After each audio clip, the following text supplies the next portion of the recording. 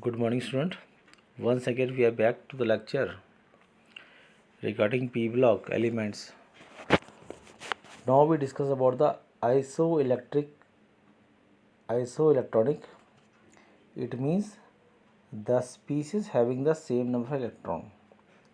यहाँ पे मैंने आपको एग्जांपल दिया है ClO नेगेटिव। Cl के पास 17 इलेक्ट्रॉन होते हैं और O के पास 8 और ऊपर चार्ज दे रखा है माइनस का। It means +1। 17 + 9 26। यहाँ मैंने उसका इक्विवेलेंट मॉलिक्यूल लिख दिया ClF। 17 + 9 = 26। If the number of electron in the species are same, that we called as isoelectronic species. That can be molecule, that can be cation, that can be anion. Anything you can say that. Next, अगर आपसे कोई पूछता है कि it is exist as gas और liquid, ये दे रखा आपको बेटा, तो आपने यहाँ पे ध्यान रखना है कि कैसे हो सकता है। तो यहाँ पे क्वेश्चन है कि the first member of each group just like N, O and F due to small size and more electronegativity it undergo mutual sharing forming a covalent bond. Example mention कर रखे बेटे आपके लिए मैंने यहाँ पे, तो आप सोच सकते हो कि if they are small in size and more electronegative they undergo mutual sharing forming a covalent bond. If they have tendency to form covalent bond, it will exist as gas. But if we discuss about liquid के बारे में discuss करेंगे, तो liquids are those in which the central element of a molecule have tendency to form intermolecular hydrogen bond that will form a liquid state. जैसे N, O और F, ये तीनों more electronegative हैं, स्मॉल साइज हैं और इनकी tendency है intermolecular H bond बनाने की. जैसे F is more electronegative than O and then N. ये तो आई थिंक गिवन हियर, तो आपको ध्यान रखना है कि कैसे क्या करना है और उसको फॉलो करना है बेटे आपने. Next we discuss about the boiling point. तो यहाँ पे लिखा हुआ है the temperature at which get vaporized easily or exert pressure equal to the atmospheric pressure is known as boiling point. यानी आपने 10th में सीखा था कि boiling point is a temperature at which the liquid exert pressure equal to the atmospheric pressure is known as boiling point.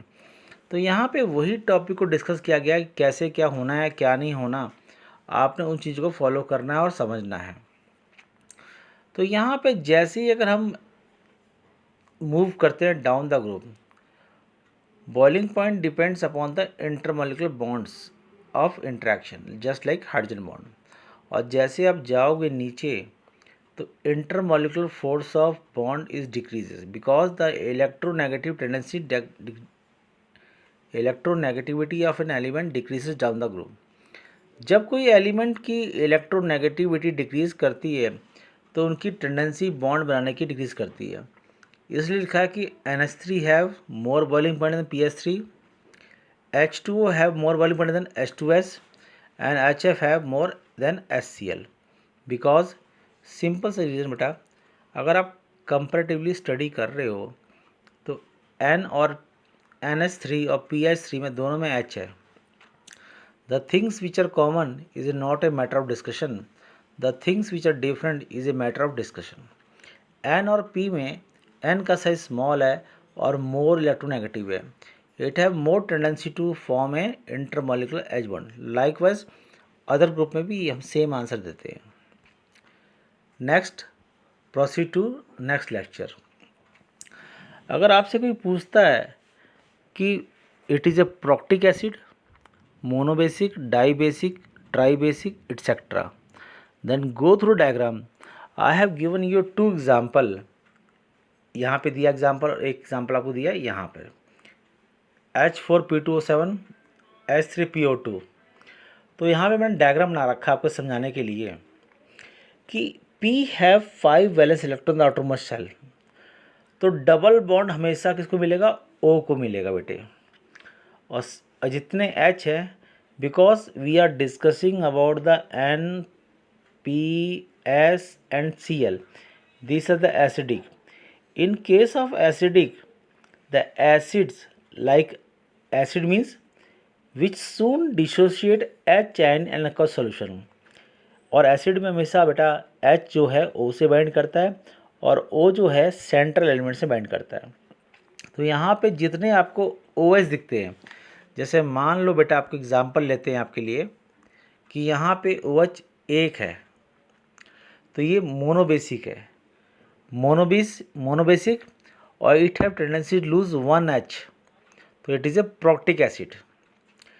अगर मैं example second लेता हूँ तो यहाँ देखो OH 1 2 3 4, it is a tetra basic in nature and it have tendency to lose 4H ion in aqua solution. तो जब हमने इस चीज़ की स्टडी करनी है तो बेटा आपको फॉलो करना है कि कैसे हमने क्या लूज़ करना है और कैसे क्या करना है। जितने एस लूज होते हैं दैट वी कॉल्ड एज प्रोक्टिक, और जितने OH अटैच होते हैं उतने बोलते हैं basic, try basic, tetra basic, mono basic. जितने OH दिख रहे हैं दैट वी कॉल्ड एज। ऐसे ही जब नेक्स्ट टॉपिक प्रोसीड करते हैं बेटे, तो नेक्स्ट टॉपिक हमारा होता है ऑक्सीडेशन स्टेट पे।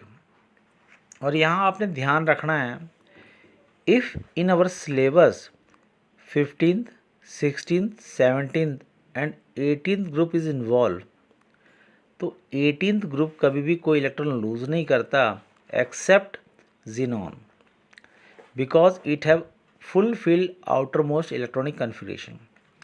बट अगर हम 15, 16, 17 की बात करते हैं बेटे, तो as we know as the earlier in class 11th कि oxygen have tendency to gain 2 electron and have tendency to gain 3 electron and F have tendency to gain 1 electron, और that is the most stable state of its।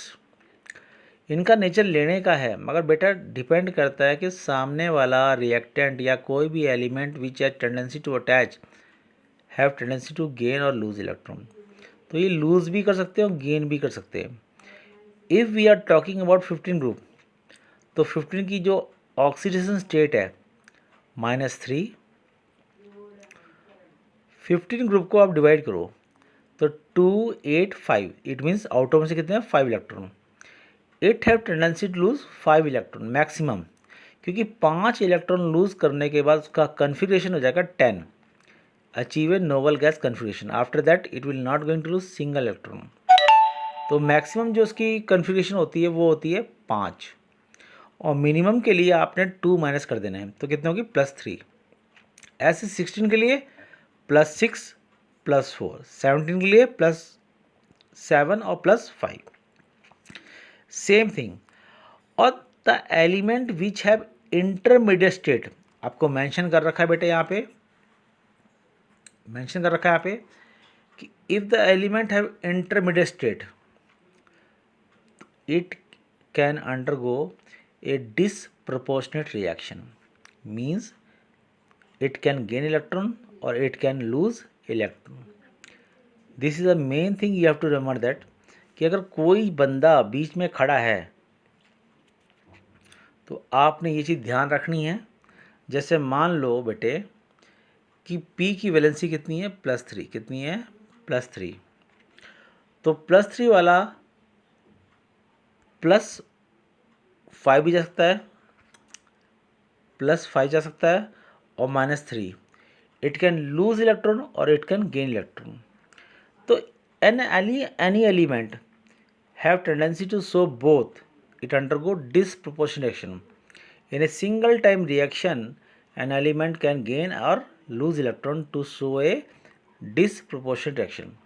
एक ऐसा question आता है why H3PO3 undergo disproportionate reaction. आपको homework दे रखा है, तो आप जो उसको फॉलो करोगे तो आपको आसान लगेगा। So go through this topic and practice at home hardly, so that you can memorize all the point what I want to teach you. That will nice for you and that will be helpful for you. Thank you and have a nice day. तो अपने ध्यान रखना बेटे, क्या करना है आपने जो तैयारी करनी है और फॉलो करना है कि हमने तैयारी क्या करनी है बेटे. Okay, thank you and have a nice day.